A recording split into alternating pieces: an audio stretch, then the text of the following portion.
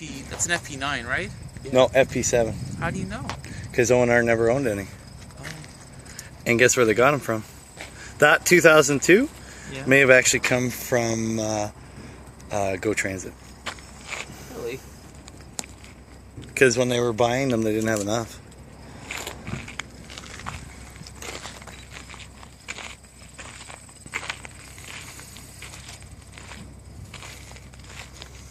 That's cool with the New England Central with the llpx XUP.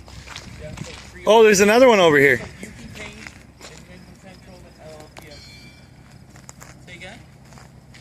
You got a another CP or CN at GP40. It looks like they took the rear. Oh, maybe not. It's a 3400. And so long. When I was here with Alex, he was working with them, kind of. So we got to go on into the shop and shit like that. But the yard was also much huger. Like this was all tracks, also. Yeah, I bet. They've taken it all out and gentrified downtown.